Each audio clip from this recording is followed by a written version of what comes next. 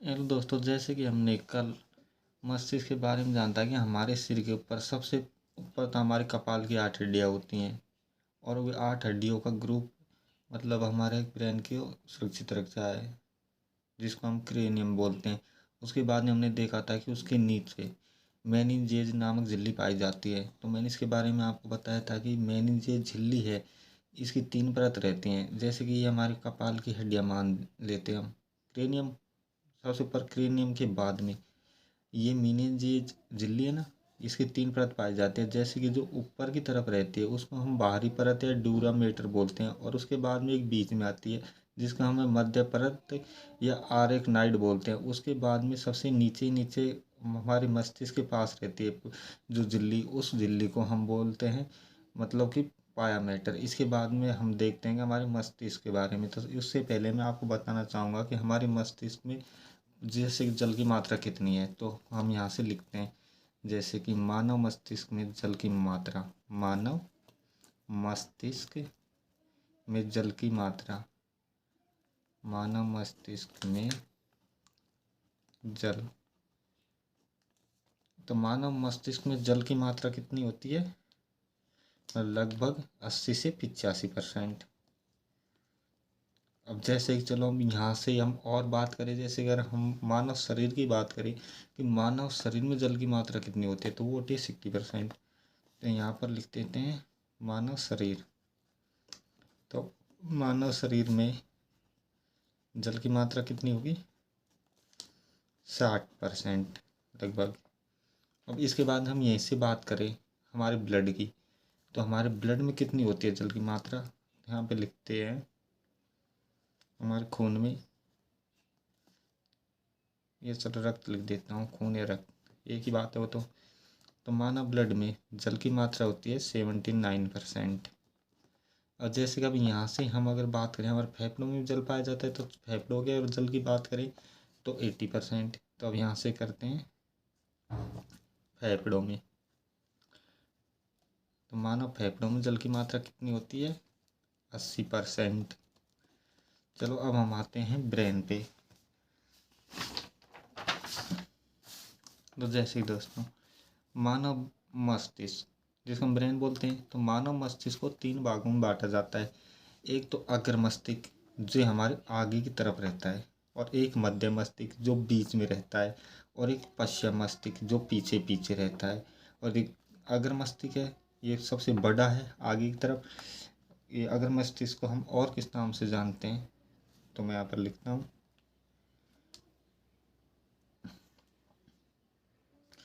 हाँ, for brain, FOREBRAIN। या फिर एक मध्य मस्तिष्क जो हमारे बीच में रहता है, तो इस ब्रेन को हम क्या बोलते हैं? Mid brain, MIDBRAIN। फिर उसके बाद में पश्चिम मस्तिष्क जो हमारे पीछे पीछे की तरफ रहता है, तो इसको क्या बोलते हैं हम? Hind brain. इसके बाद में हम देखते हैं जैसे अग्र मस्तिष्क के बारे में हम सबसे पहले पढ़ेंगे, तो अग्र मस्तिष्क या फिर फॉर ब्रेन।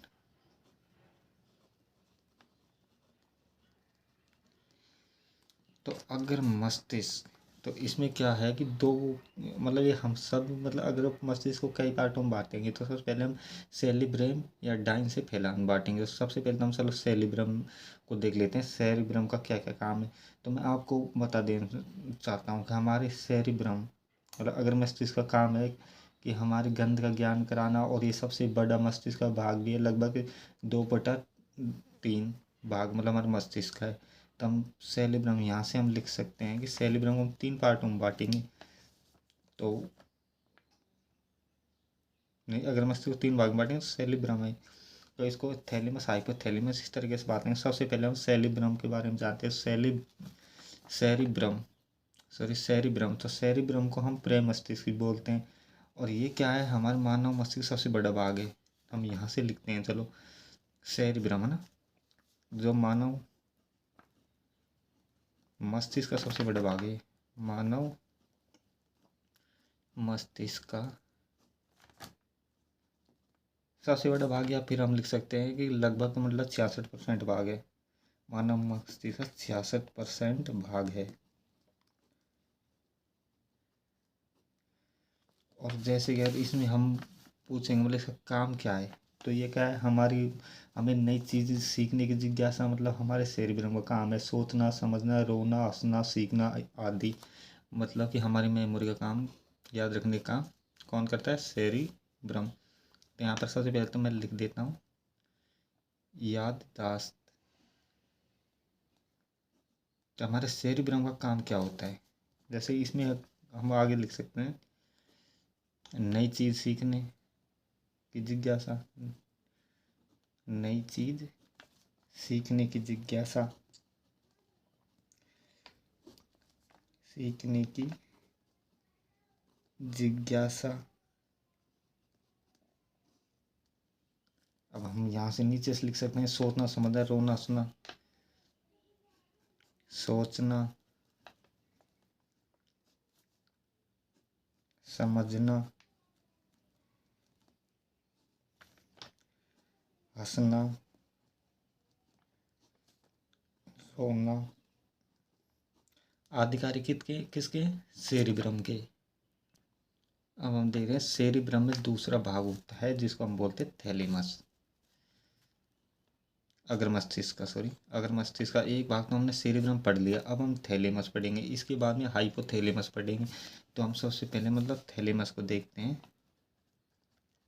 थैलेमस, तो थैलेमस का अगर बात करें तो ये क्या है, हमारे बाहरी वातावरण का आभास कराता है, जैसे सर्दी हुई, गर्मी हुई, और जैसे कि दर्द, इनके बारे में। तो हम यहाँ से लिख सकते हैं थैलेमस, इसका काम क्या है, बाहरी वातावरण का अभाव, बाहरी वातावरण का आभास कराना।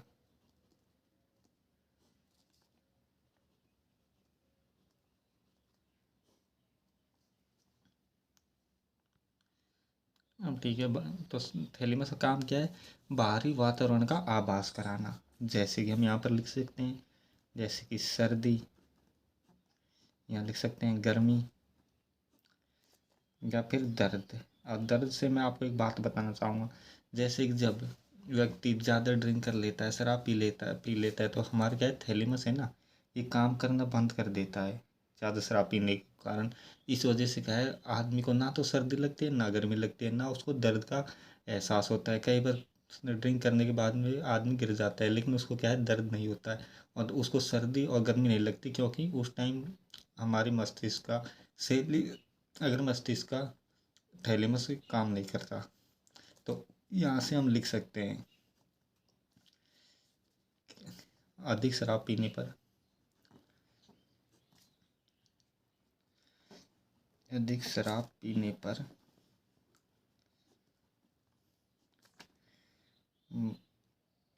मस्तिष्क का, या हम लिख सकते हैं अगर मस्तिष्क का थैलेमस काम नहीं करता, अगर मस्तिष्क का थैलेमस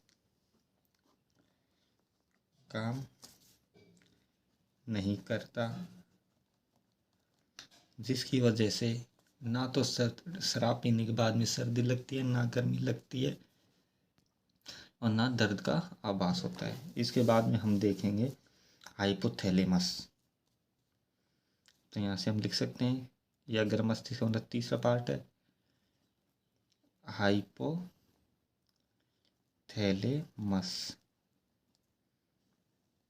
तो हाइपोथैलेमस, इसमें हम देखेंगे हाइपोथैलेमस है ना, जो हमारे शरीर के अंदर के तापमान को नियंत्रण रखता है। जैसे कि थैलेमस,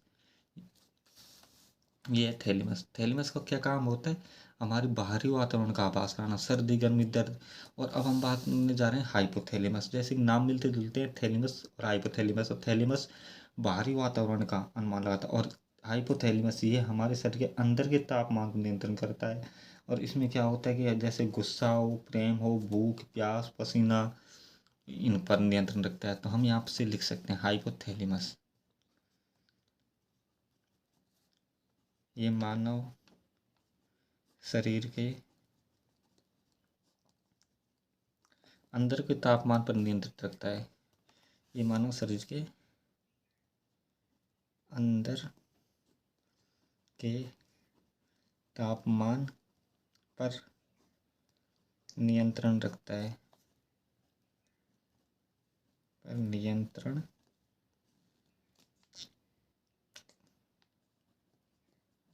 मतलब अंदर के तापमान पर नियंत्रण करता है। तो अब यहाँ से देखेंगे, जैसे हमारे मानव शरीर के अंदर, जैसे कि यहाँ से हम एक बात में लिखे तो मतलब फीलिंग, जैसे कि हमारे गुस्सा है, प्रेम है, भूख है, प्यास है, पसीना, तो इन सब को नियंत्रण रखने का कार्य कौन करता है? हाइपोथैलेमस। तो हम यहाँ से लिख सकते हैं, जैसे कि गुस्सा, प्रेम,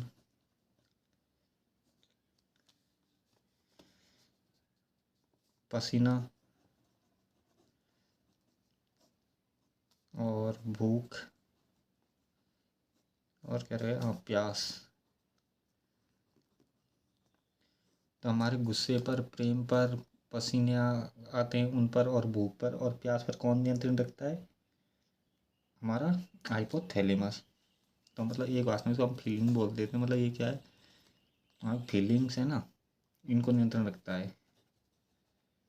सॉरी,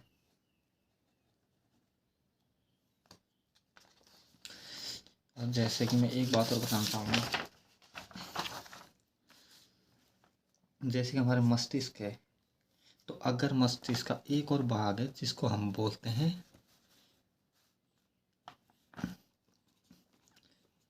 डाइनसेफेलान, डाइनसेफेलान,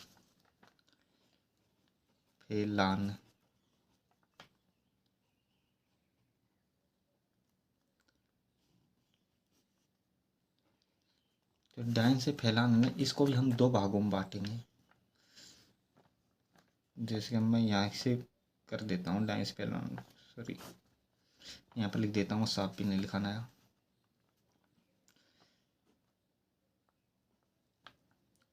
डाइनसेफेलान,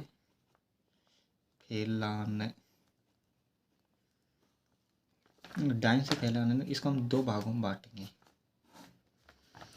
एक तो पीयूष ग्रंथि, आपने सुना होगा, एक पीनियल ग्रंथि। तो जैसे कि आप जानते हैं, पीयूष ग्रंथि को हम मास्टर ग्रंथि भी कहते हैं, यह हमारी पूरी मस्तिष्क को कंट्रोल रखता है।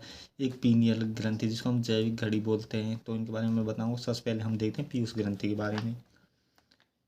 तो यहाँ देखेंगे हम पीयूष ग्रंथि, दोस्तों मैं अशुद्ध लिख रहा हूँ, कोई बात नहीं है, आप शुद्ध करके लिख लेना। पीयूष ग्रंथि, तो इसको क्या बोलते हैं? मास्टर ग्रंथि, मास्टर ग्रंथि। और तो इसमें क्या है, मतलब पीयूष ग्रंथि है, इसको मास्टर ग्रंथि भी बोलते हैं। और ये क्या है, मानव मस्तिष्क को कंट्रोल करने का कार्य करता है।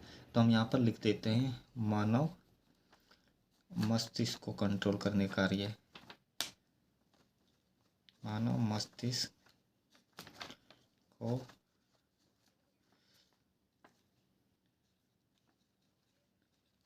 कंट्रोल करने का कार्य है।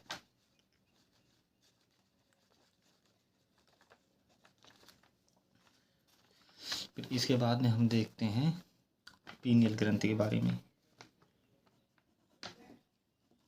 पीनियल ग्रंथि,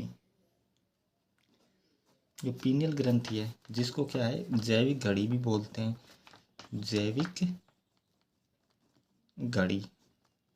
तो जैसे कि आप जानते हो, जैसे कि हम नाइट में सो रहे हैं और हम उस टाइम सोने के बाद में भी हमारा दिमाग है ना, जो काम करता रहता है। जैसे हम सोचते हैं कि हाँ, हमको मॉर्निंग में सुबह 4 बजे जगना है, या फिर हमको कुछ काम है, हमको आज 3 बजे जगना है, तो हम उस टाइम ही हम जग जाते हैं। तो हमारे दिमाग में कोई आता है, हम घड़ी तय नहीं है, जिसकी वजह से हाँ वो बज रही, हम और जाग गए। तो ये क्या है, उस टाइम आज सोने के बाद में हमारी पीनियल ग्रंथि है ना, ये काम करते हैं। इसकी वजह से जैसे कि आदमी शाम को सोने से पहले ही सोच के सोएगा कि हाँ, मुझे नाइट को इतने बजे जगना है, तो उसी समय मानव जग जाता है। तो ये किस वजह से, क्योंकि पीनियल ग्रंथि काम करती रहती है। फिर इसके बाद में हम देखेंगे मध्य मस्तिष्क के बारे में। तो यहाँ से हम स्टार्ट करते हैं। मध्य मस्तिष्क, मध्य मस्तिष्क, इसमें तो प्रॉब्लम हो रही है। हाँ दोस्तों, अब ठीक है। अगर हम करें मध्य मस्तिष्क की बात, तो मध्य मस्तिष्क को भी हम क्या है, दो पार्टों में बांटेंगे। एक तो कार्पोरा, एक सेरिब्रल। तो जैसे कि हमने अगर मस्तिष्क में पढ़ा था, वो था सेरिब्रम, और अब मध्य मस्तिष्क में हम पढ़ेंगे सेरिब्रल। तो हम जैसा मध्य मस्तिष्क, इसको क्या बोलते हैं, मिड ब्रेन भी, मिड ब्रेन। इसके बाद में हम चलो यहाँ पर स्टार्ट करें मध्य मस्तिष्क। इसको हम दो भागों में बांटते हैं मध्य मस्तिष्क को। तो एक तो क्या होता है, कार्पोरा। मैं ऐसे को स्टार्ट कर देता हूँ ना। पहला तो कौन सा है, कार्पोरा। तो इसमें क्या होता है, कार्बो, और देखो अगर मस्तिष्क जो कि जैसे दोस्तों मध्य मस्तिष्क, इसको मिड ब्रेन बोलते हैं। इसको हम दो भागों में बांट देते हैं, एक तो कार्पोरा और दूसरा सेरिब्रल। और जैसे कि हमने देखा था कि अग्र मस्तिष्क, उसमें भी हमने पढ़ा था सेरिब्रम और थैलेमस और हाइपोथैलेमस। तो जैसे मैंने उसमें बताया था, अग्र मस्तिष्क में कौन सा क्या रहता है, सेरिब्रम, और मध्य मस्तिष्क में रहेगा सेरिब्रल। और जैसे मध्य मस्तिष्क है, ये मतलब कि हमारे मध्य में पाया जाता है ब्रेन के। तो इसमें सबसे पहले हम देखेंगे कार्पोरा के बारे में। तो कार्पोरा ये क्या है, हमारे देखने सुनने का कार्य करता है। इसमें हम ज़्यादा कुछ नहीं देखेंगे। तो कार्पोरा, तो इसका क्या कार्य क्या रहता है, देखने सुनने का कार्य है। देखने या सुनने का कार्य, सुनने का कार्य। अच्छा दोस्तों, जैसे कि ओमकार पूरा मतलब ज़्यादा बढ़ नहीं इतना है। इसके बाद हम देखेंगे मध्य मस्तिष्क के दूसरे भाग। जैसे कि एक तो कारपोरा हमने देख लिया, इसका काम क्या है, देखने या सुनने काम। और उसके बाद में आता सेरिब्रल, सेरिब्रल। दोस्तों जैसे कि सेरिब्रल है, मैं आपको वापस बता देता हूँ ताकि आप ज़्यादा भूलो नहीं। जैसे कि हमने पहले पढ़ा था अग्र मस्तिष्क, तो उसमें हमने सेरिब्रम को पढ़ा था। जैसे कि सेरिब्रम को प्रमस्तिष्क बोलते हैं, तो वो तो सेरिब्रम है, सेरिब्रम में, और ये सेरिब्रल है, मतलब मध्य मस्तिष्क में। तो सेरिब्रल का कार्य क्या रहता है, जैसे कि चलो मैं आपको बता देता हूँ। सेरिब्रम को तो हम बोलते हैं प्रमस्तिष्क, और सेरिब्रल इसको पेंडल बोलते हैं या पेंडिकल। सेरिब्रम को क्या बोलते हैं, पेंडल या पेंडिकल, तो हम पेंडल लिख लेते हैं। अब यहाँ से हम बात करते हैं सेरिब्रल या पेंडल, मतलब सेरिब्रम को बोलते हैं पेंडल। तो इसका काम क्या रहता है, तो इसका काम भी जैसे कार पूरा देखने सुनने कार्य करता है, तो इसका ज़्यादा काम नहीं है। इसका काम क्या है, ये हमारे ब्रेन को स्पाइनल कॉर्ड के उससे जोड़ रखता है, मतलब उनके बीच में संपर्क बनाए रखता है। तो जैसे कि हम यहाँ पर लिख सकते हैं सेरिब्रल, ये मानो ब्रेन, मतलब हम लिखते हैं ये मस्तिष्क या ब्रेन को स्पाइनल कॉर्ड,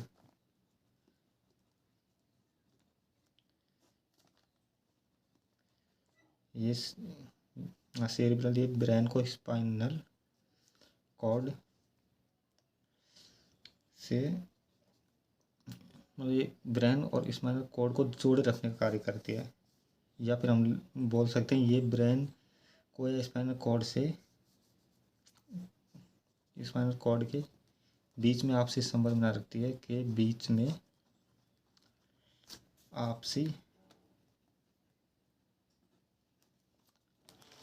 संबंध बनाए रखती है, संबंध बनाए रखती है।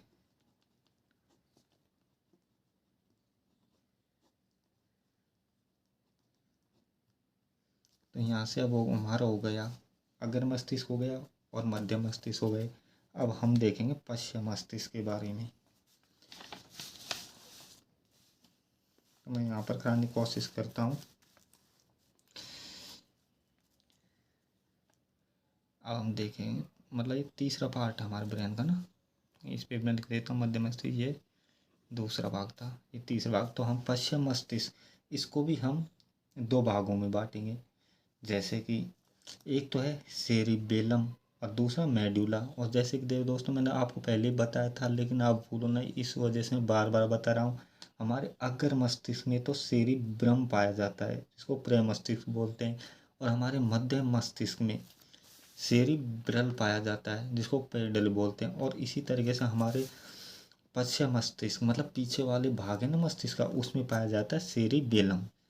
तो सबसे पहले हम लिखेंगे पश्चिम मस्तिष्क। ये कौन सा हमारे पीछे वाला, और इसको क्या बोलते हैं, हिंड ब्रेन।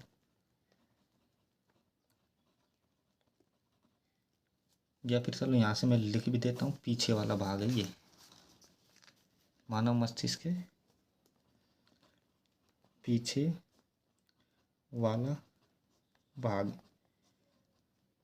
ये दोस्तों मैं कुछ बात आपको दिखाना भूल गया था, लेकिन कोई बात नहीं। जैसे हमारा अग्र मस्तिष्क है वो सबसे बड़ा है, और मध्य मस्तिष्क ये मतलब कि बीच का है, और ये पश्चिम मस्तिष्क ये सबसे छोटा है। तो उनमें तो भूल गए, लेकिन इसमें हम लिख सकते हैं पश्चिम मस्तिष्क ये सबसे छोटा है।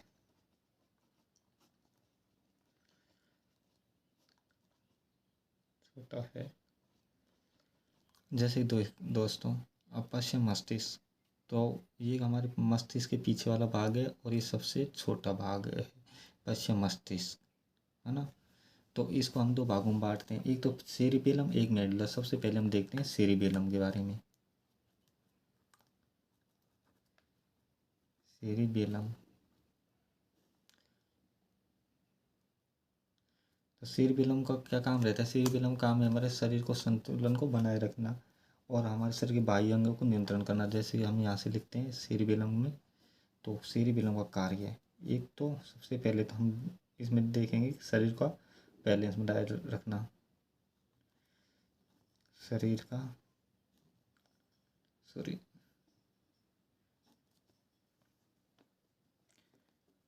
शरीर का बैलेंस या संतुलन, तो हम याद करें संतुलन बनाए रखना। संतुलन बनाए रखना,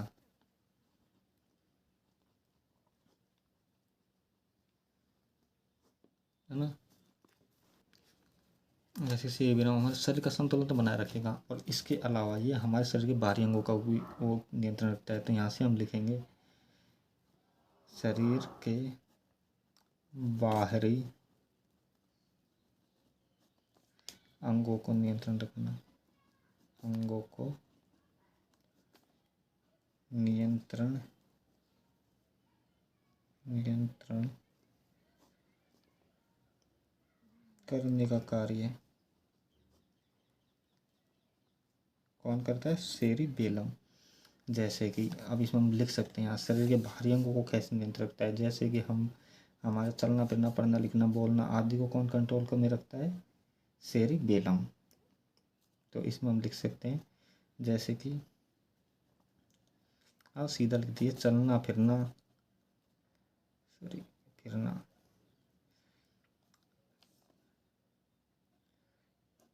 पढ़ना लिखना, पढ़ना लिखना।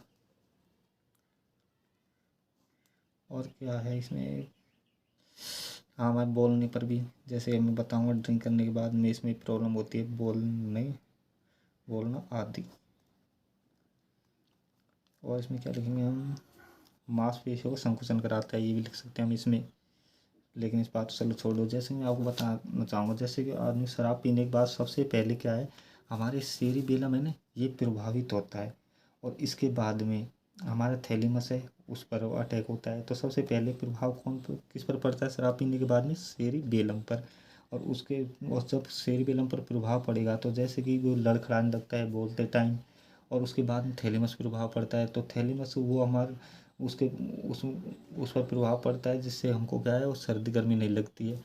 चलो, अब सेरिबेलम हमने पढ़ लिया। अब इसके बाद में हम देखते हैं लास्ट मेड्यूला। तो यहाँ पर हम इसको पूरा कर देंगे। देखो, दूसरा वाक्य है मेड्यूला।